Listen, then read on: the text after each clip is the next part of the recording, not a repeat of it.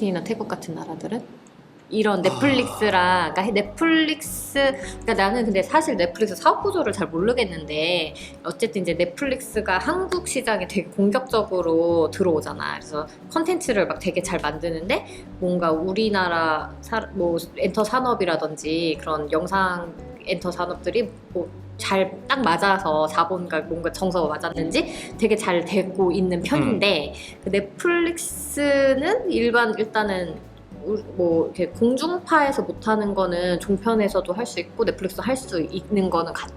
근데 점점 소재나 이런 게 엄청 다양하게 막 다룰 수 있잖아.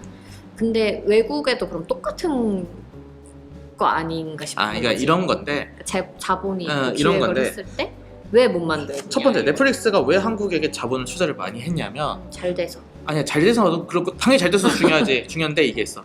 헐리우드가 생각보다 대본이 많이 그러니까 쉽게 말하면 컨텐츠 거리가 스토리가 떨어져 버렸어. 그 얘기는 들었어. 옛날부터 이거 나왔던 얘기잖아. 옛날부터. 그런데 문제가 20년 뭐냐면 넘었지. 그 시기에 치고 들어왔던 회사 그 시기에도 컨텐츠 생산을 멈추지 않았던 나라들이 있어. 그 중에 하나가 한국이었어. 근데 한국도 여전히 한국적 맥락에서 뭐 획일화된 부분들은 있어. 그치. 그런데 솔직히 말하자고 중국하고 비교해보자. 중국도 컨텐츠는 찍어냈는데 중국은 우리보다 획일도가 더 심해. 아예 말 못한다더라. 아예 말 못한 문제도 있고 그리고 만들어봤자 그 중국 드라마들 보면은 그러니까 그러니까 뭐냐면 표절은 다 베끼는 거예요. 일단 그렇다 치자. 표절 문제는 일단 나중에 논하기로 하고 무협 아니면 현대극인데 현대극도 다 똑같고 무협도 다 똑같아. 근데 한국 드라마는 오히려 최근 20년 동안 장르들이 끊임없이 양산됐고 심지어 종편들의 문마저 열리면서 옛날에는 제작될 수 없었던 장르극들이 많이 나와요. 이제 그러면서 김은희 작가 같은 작가들이 이제 나오기 시작을 했고 간단하게 얘기하면 신세계 같은 영화 있잖아. 물론 이것도 무간도나 디파티드를 굉장히 많이 참고한 영화지만은 신세계 같은 영화가 한국 시내에서 20년 전에 나올 수 있었을까? 자, 소재부터 화교부터 시작해서 그거를 이제 그 소재를 하나하나 뜯어보면 이게 과연 20년 전에 가능했을까요? 북폐경찰 뭐 이런 거 다 엉겨서 그러니까 이런 것들이 한국이 생각보다 스토리를 많이 양산을 했고 그게 심지어 외국에서도 잘 팔렸어. 그리고 배우들도 쉽게 말하면 그 안에 있는 배우들도 외국에서 인기가 많아. 그치. 이게 생각보다 인도 영화신이나 일본 영화신도 오면 소재가 확 줄어버렸고 일본 영화신도 사실은 그치. 그 얘기도 많이 들었고 중국, 한국, 인도 혹은 저기서 독일이나 프랑스 이런 거에 비교해서도 한국의 이제 쉽게 말하면 컨텐츠 제작신이 가지고 있는 강점이었다고 생각해. 그러니까 스토리도 잘 만들어. 그것도 그 스토리로 나온 작품들이 외국에서도 잘 돼. 그리고 배우들도 심지어 인기가 많아. 이러면 먹히는 거거든? 먹히죠. 이거 괜찮은데? 넷플릭스가 투자할 곳으로 이제 한국을 딱. 그렇지. 왜냐면은 애들을 사면은 한국에서만 팔리는 게 아니야. 외국에서도 팔리니까. 그리고 이거 괜찮다 싶으면 바로 리메이크하면 돼. 되게 한류가 어떻게 보면 그게 되게 진짜 기반이 있었는 거네 그럼.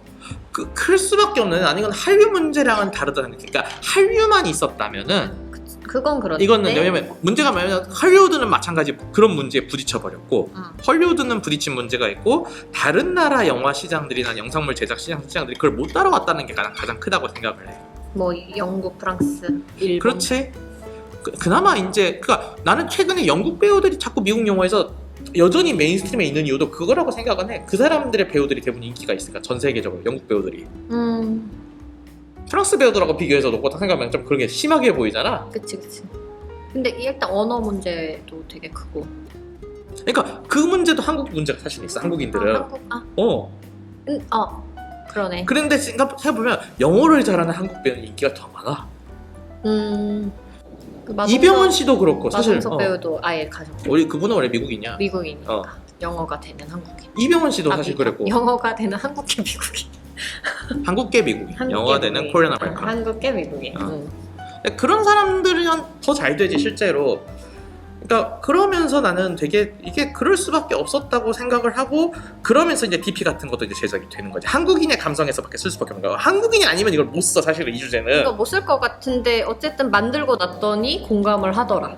왜냐면 비슷한 것들이 있는데 애들은 그거를 제작할 만한 자본도 투입이 덜 됐다고 쪽이고 이것도 있어도 어느 나라는 군의 문제는 약간 신성시 되는 그런 것들이 있어. 그 금기인 거지, 사회적 금기.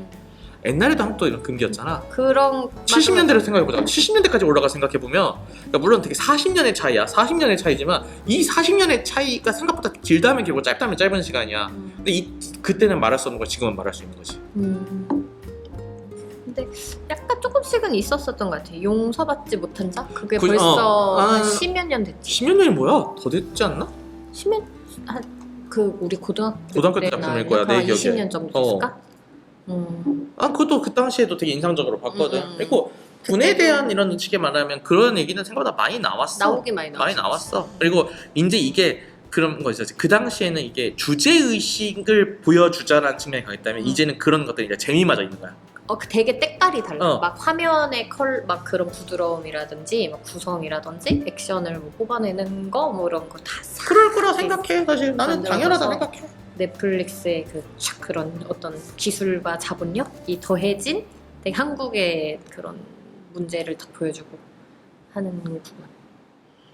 나는 저게 그럴 수밖에 없지 않나? 약간 그런 게 좀 커.